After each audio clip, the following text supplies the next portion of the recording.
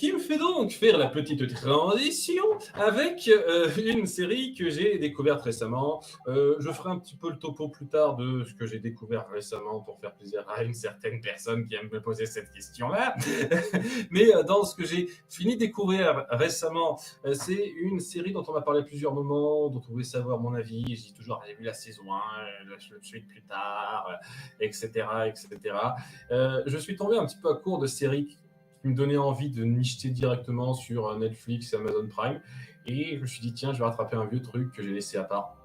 Et ce truc-là, c'était pas Wakfu. J'ai essayé, j'ai pas réussi au bout du compte. C'était pas Wakfu, c'était Miraculous.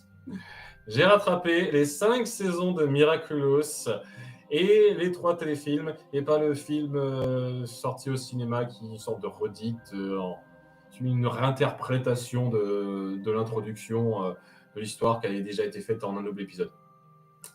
Sincère condoléances. Voilà, je sais que de ce que t'en as suivi, Tsuki, ça t'a pas beaucoup plu. Et je dois dire un truc, la première saison, il y a cette ambiance un peu particulière, cette formule qui est pas très recherchée. Ça essaye de faire une sorte de truc typique à la Sailor Moon, mais vraiment des premiers épisodes où c'est vraiment la même formule régulière qui passe. Et on sentait pas mal de copies. C'est dingue dans les 2 premières saisons de se rendre compte le nombre de recyclages d'animation où ils disent exactement les mêmes phrases. C'est même pas l'animation, quoi. Ils recyclent la musique, ils recyclent exactement les mêmes dialogues. Je délirerai toujours sur le moment où le vieux ouvre sa boîte. Tu dois choisir avec précaution à qui va donner ton miracle. Ok, on a compris, t'es pas obligé de le montrer 50 fois à chaque fois que ça arrive.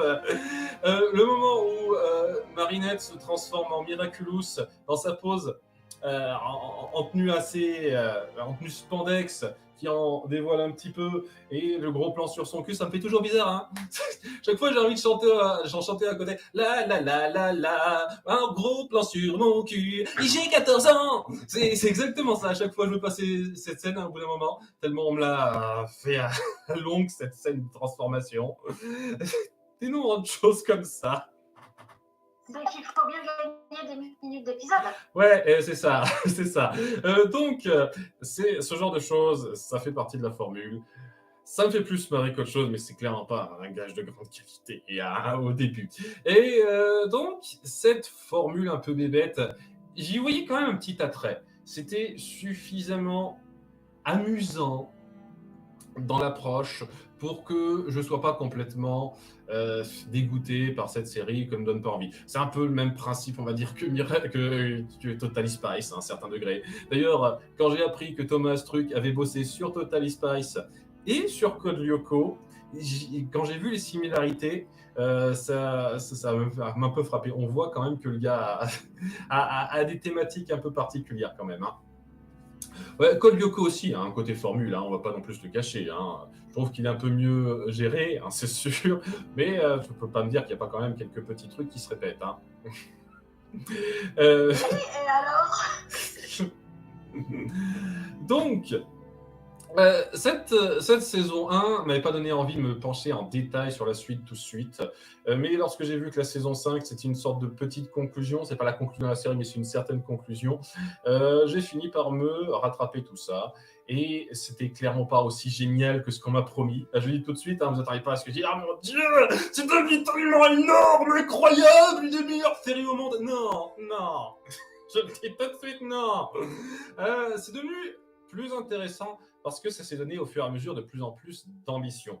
Et ce qui fait que, en plus de l'ambiance un petit peu sympathique, le côté coloré, humoristique, la personnalité qu'on met en place chez nos personnages qui me plaît bien, j'ai j'ai vu aussi des ambitions qui augmentaient au fur et à mesure et qui devenaient intéressantes à plusieurs moments, tout en devenant frustrantes à d'autres, parce que c'est incroyable de voir à quel point cette série joue au yo-yo avec sa qualité pour moi. Je vous jure, à certains moments, c'est un niveau de connerie incroyable. Je veux dire, la saison 5, premier truc qui me vient en tête, il y a un faux raccord, mais tellement grossier à la fin de la saison 5. Il y a un épisode où Marinette s'enfuit d'un endroit où il y a d'autres personnes qui sont avec elle et elle s'échappe rapidement, elle rejoint Chat Noir, blablabla, et elle, là où ils arrivent, quoi, où ils sont pressés, et il y a certaines des personnes qui étaient enfermées avec elle, qui ne devraient pas être sorties, qui sont depuis le début en train d'assister à quelque chose quelque part. C'est l'épisode où on a une ado de 14 C'est ans du qui... recyclage de figurants?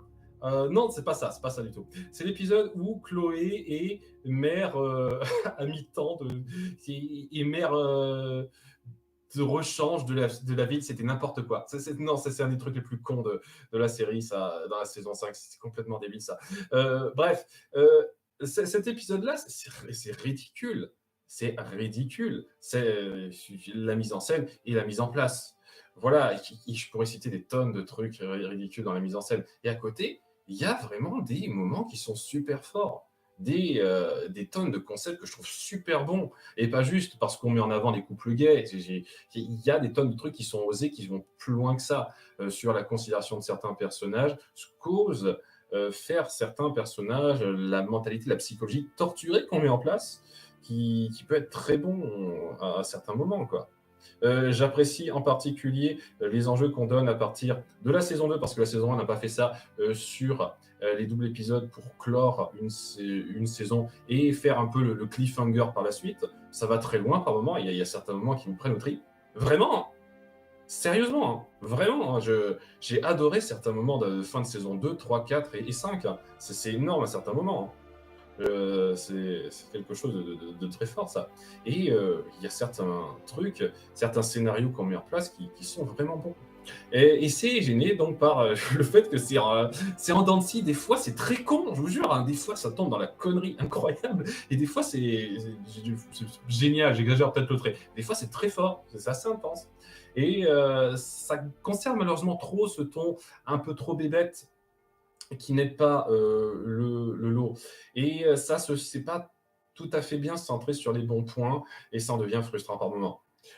Par exemple, il y a beaucoup, comme je dis, il y a beaucoup de thèmes qui sont très intéressants. Par exemple, un épisode de la saison 3, c'est ça, ce me semble, où on tacle enfin le personnage de Lila et un plan qu'elle met en place depuis quelque temps pour essayer de foutre en l'air la vie de Marinette. Et tu te dis, ça va être ça, quoi, ça va se centrer sur ça. Et ben non. À un moment donné, on part sur autre chose. Ça, on dit, ah non, c'est avorté à cause d'un petit problème. Et on va partir sur une toute autre considération, sur une certaine propriété magique que possèdent nos méchants. J'essaye d'être le plus nébuleux possible pour pas être trop spoiler pour les gens, mais il y a beaucoup de trucs qui sont révélés au fur et à mesure. Et voilà, cette nouvelle capacité, déjà, je trouve que waouh, c'est quand même dingue de l'incorporer comme ça, au calme. Et surtout, je veux dire, ces deux concepts auraient mérité un épisode entier à eux seuls, facilement. Et ils sont traités à la va-vite l'un comme l'autre. Ce qui fait que c'est frustrant. C'est pas mauvais cet épisode, mais c'est frustrant de voir.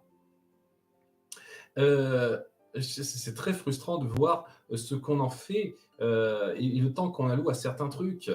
Il y a le personnage de Félix, très intéressant. Il a, à un moment donné, dans la saison 5, justement, un moment d'éclat assez puissant. Et tu te dis, putain, cette considération-là, jusqu'où il va, ce petit retour de bâton, le fait qu'il se remette en question, tout ça. Tu te dis, mais ça ne devrait pas être traité aussi vite.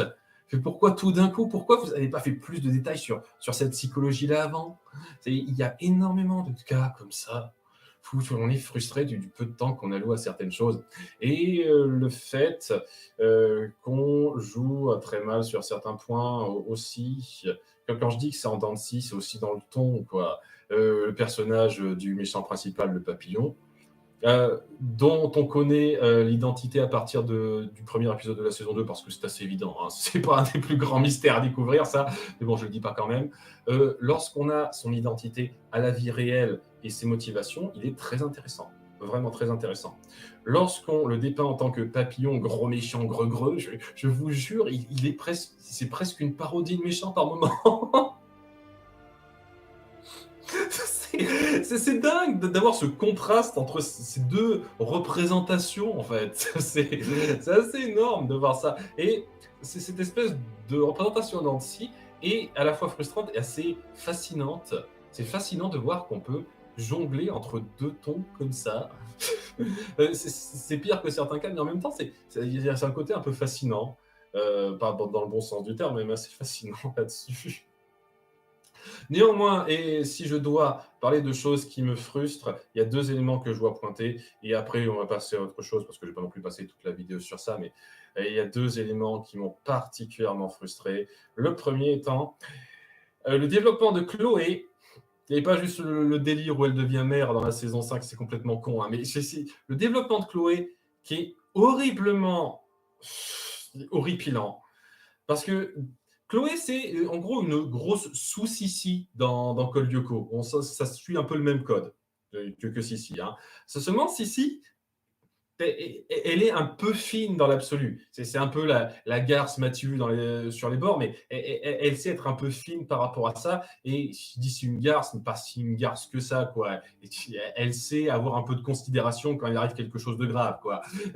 Là, c'est une Sissi sans la moindre subtilité, en fait. C'est une fille à papa riche qui se permet tout, qui est complètement conne en plus en faisant ça. Et c'est une antagoniste pas du tout intéressante parce qu'elle n'a aucune subtilité, pas la moindre subtilité.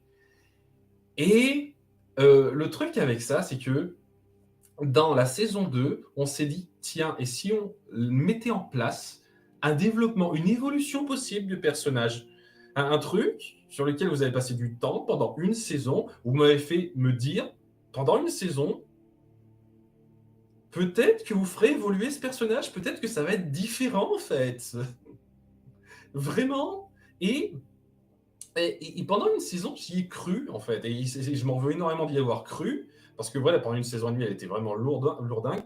Mais vous avez, je trouve, complètement chié sur le personnage à partir de la moitié de la saison 3, de la seconde moitié de la saison 3, pour la faire totalement regresser à son niveau basique de départ, et en faire, genre, putain, encore une antagoniste lourde, quoi. On avait Lila, quoi. Lila, c'était l'antagoniste qui fait chier Marinette dans sa vie réelle, et je trouve que ça suffisait, quoi. Pourquoi il fallait la faire régresser Chloé par rapport à ça? C'était particulièrement lourd, ça.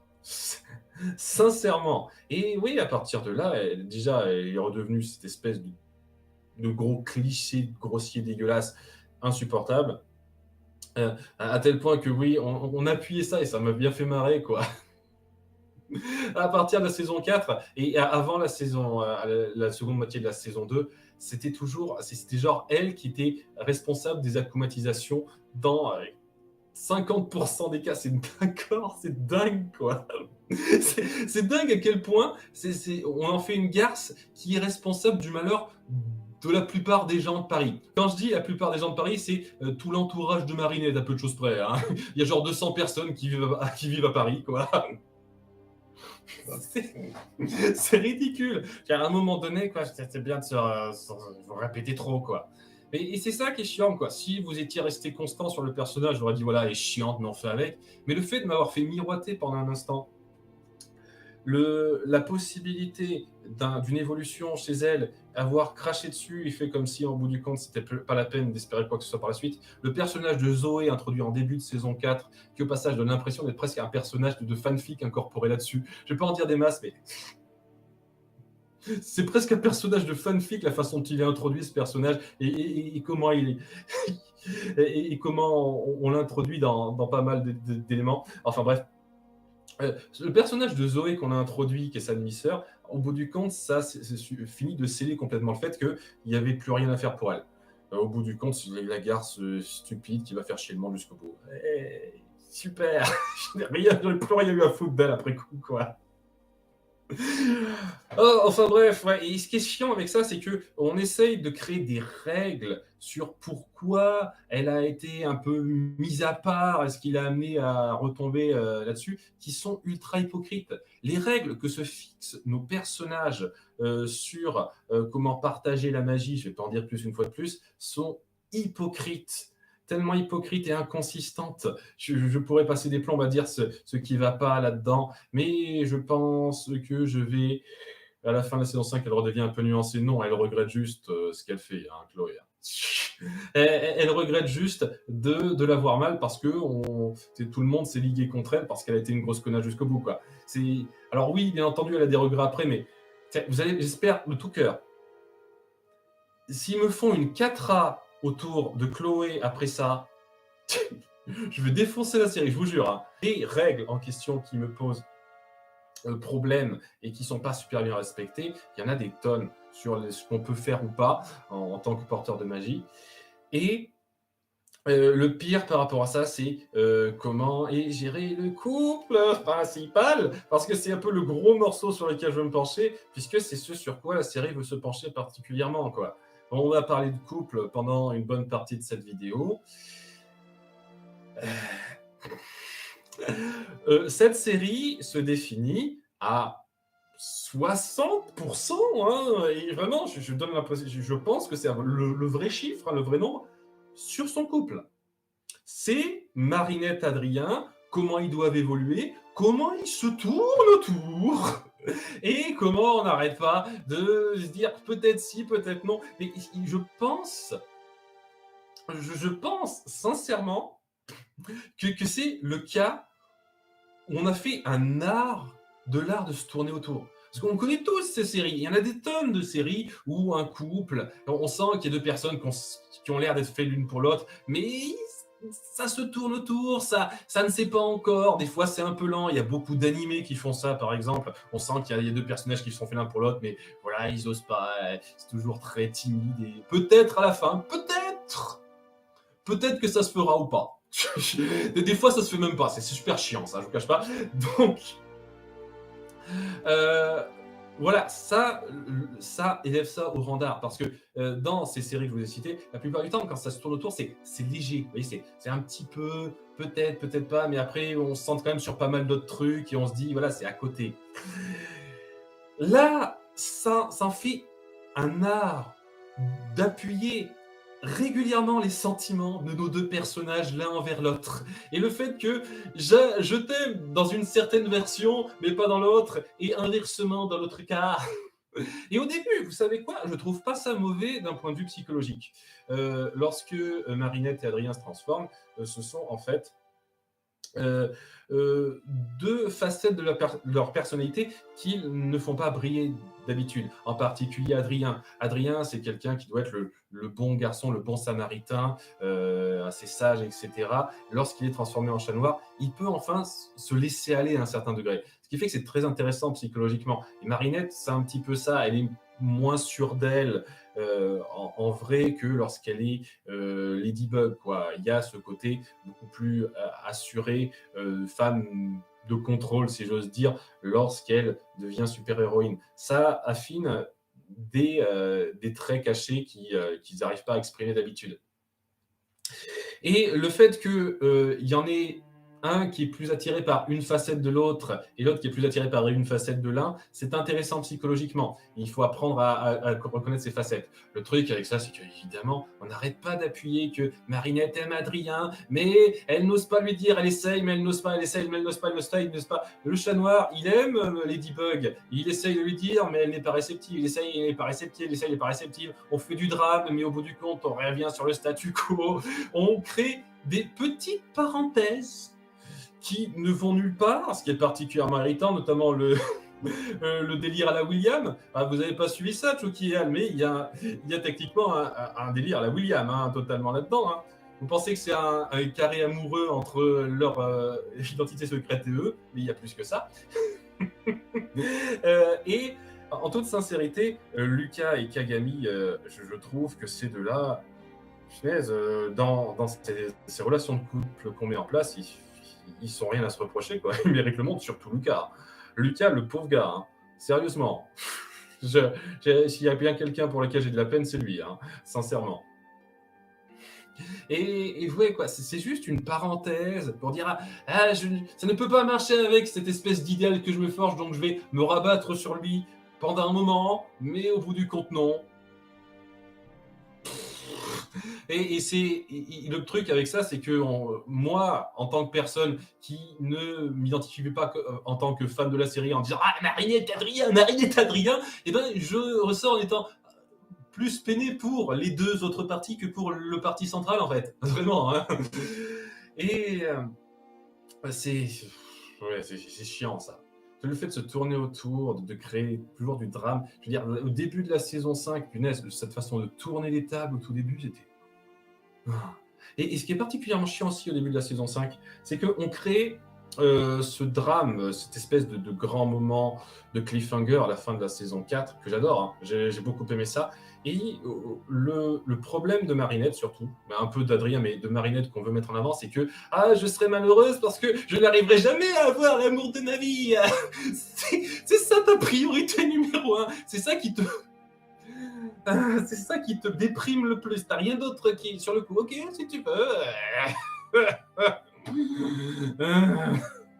C'est lourd. Et on crée ce drame, ce qui amène donc une certaine décision de leur Kwami, excusez-moi s'il y a quelqu'un que vous ne connaissez pas là-dedans, qui est forte sur le principe, mais étant donné que cette décision repose uniquement sur le fait que tu ne peux pas être heureuse avec ton amoureux dans cette situation-là, c'est comme si tout reposait sur ça, c'est lourd en fait.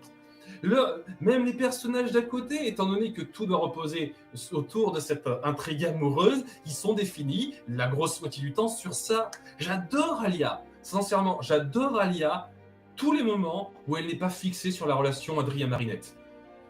Vraiment, j'adore ce personnage. Par contre, punaise, à chaque fois qu'elle dit il faut que je mette Adrien et Marinette ensemble, j'en ai marre.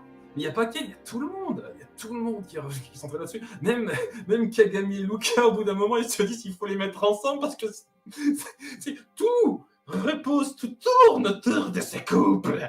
L'alpha et l'oméga, Adrien Marinette. Je vous jure, c'est lourd. Oh, c'est tellement lourd de suivre ça. Et ce qui est chiant, c'est qu'il y avait des voix qui étaient très intéressantes à prendre. Et il y a notamment l'épisode de la saison 3, justement, où on nous fait un scénario what if.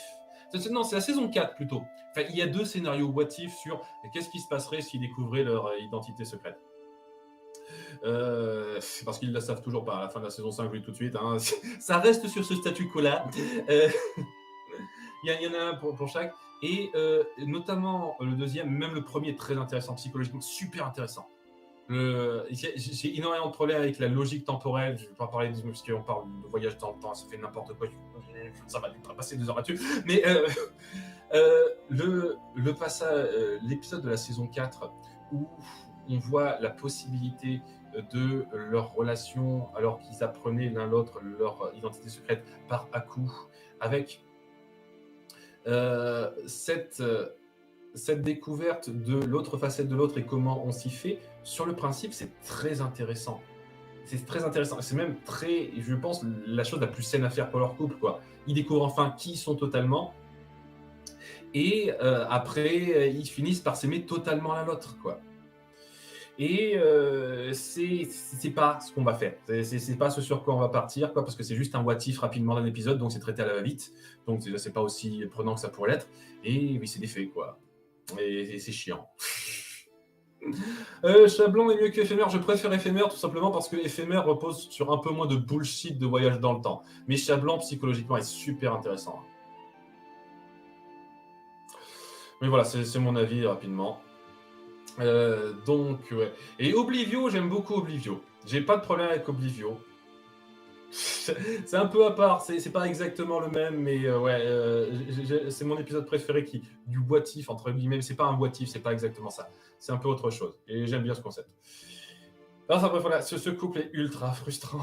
Il n'a pas du tout aidé à l'appréciation de la série, simplement parce que vous avez tellement tourné autour du pot, vous avez tellement gonflé autour de ça.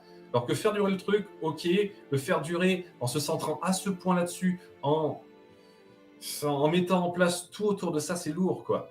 Et ce qui est particulièrement chiant, parce que je suis parti sur une grosse tangente, c'est que le moment où nos personnages sont vraiment au plus bas d'eux-mêmes, quoi, super déprimés dans la première partie de la saison 5, après cette espèce de tentative de faire quelque chose pour changer la situation qui ne va pas changer, et ben au bout du compte, après ça, il y a Marinette et Adrien qui seront cool.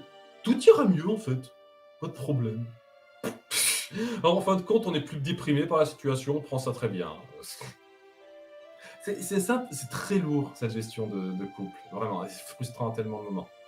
Et c'est franchement dommage parce que je trouve que, indépendamment de ça, j'adore la mentalité d'Adrien. Le fait que ce soit un garçon un peu sérieux qui était un peu élevé dans une bulle et qui a quand même ce passé très tragique qui le touche et cette situation familiale particulière.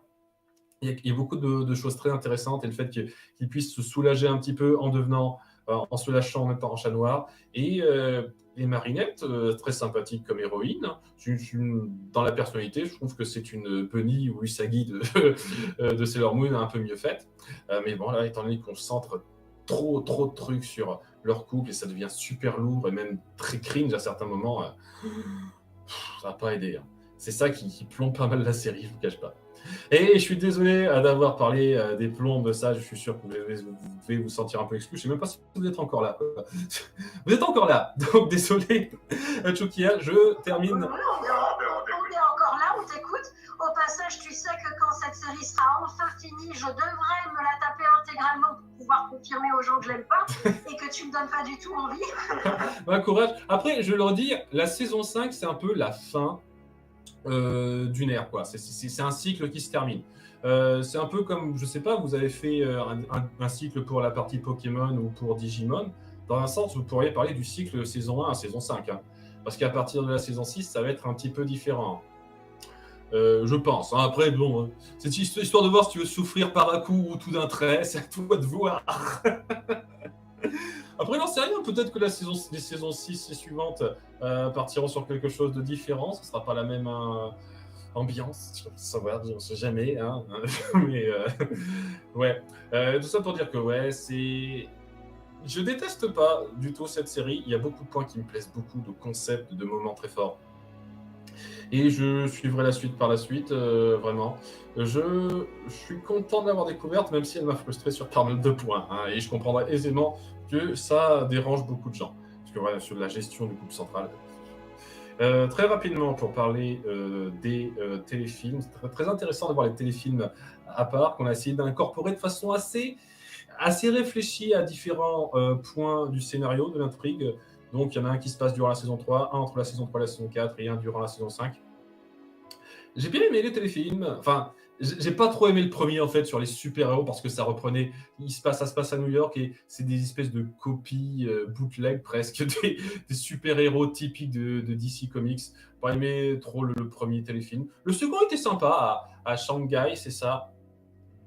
Ça appuyait bien les racines de Marinette un petit peu et ça a créé des situations très, très cool. Le moment où elle est perdue, on est sans rien dans les rues d'une ville qu'elle ne connaît pas, où elle ne parle pas la langue, je trouve que c'était bien fait, quoi.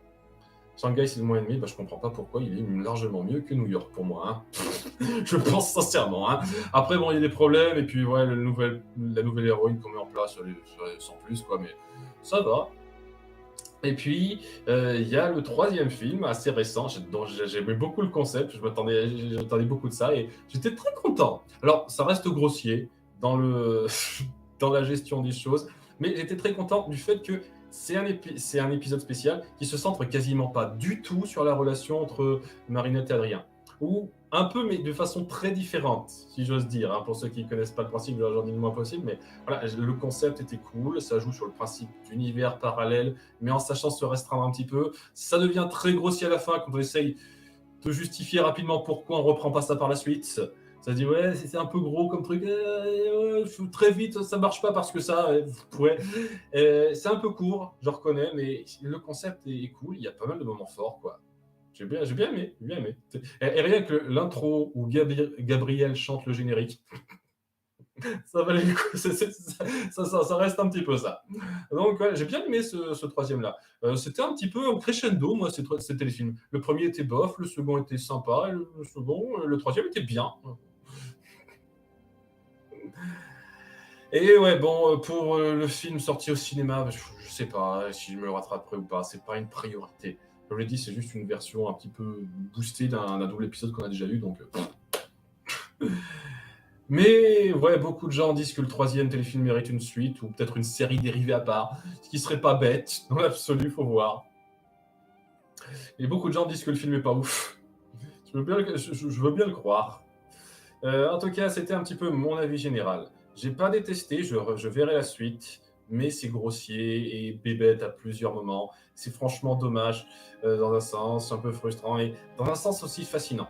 Et je saluerai toujours les séries qui se donnent de plus en plus d'enjeux et d'ambition au fur et à mesure. Et c'est ce que ça fait. Plus ça progresse au fil des saisons, plus on sent l'ambition augmenter, notamment dans la saison 5 où il y a beaucoup de choses qui se passent, quoi. Donc, c'était mon avis sur la série pour l'instant. Est-ce que je vous la conseille ou pas? Je ne sais pas. Si vous regardez la saison 1 et que vous n'entrez pas du tout dans le ton, dans la formule que ça pose, il y a de très fortes chances que ce ne soit pas votre cam, malgré les ambitions qui augmenteront. Mais et oui, je vous conseille, puisqu'il n'arrête pas d'en parler, les vidéos de Kael qui parlent en détail des épisodes de la série. La fin de la saison 5, je pourrais en parler beaucoup, la fin de la saison 5. Il y a quelques moments qui sont un peu ennuyeux, des choses qui auraient pu être mieux gérées, mais je vais pas, si je me penche là-dessus, ça va être du spoiler, je ne vois pas comment je pourrais pas le spoiler, quoi. Voilà, terminé. Vous avez un avis? Je pense que je ferai je compilerai ça pour faire une vidéo à part, ça fera un petit avis à tienne, puisque ça fait une semaine, ça date d'une semaine, la dernière fois que j'ai vu le dernier téléfilm de Miraculous, donc c'est assez frais. Voilà le topo. J'ai vu une série intéressante, j'ai pas détesté, mais largement perfectible, hein, très largement. Peace out.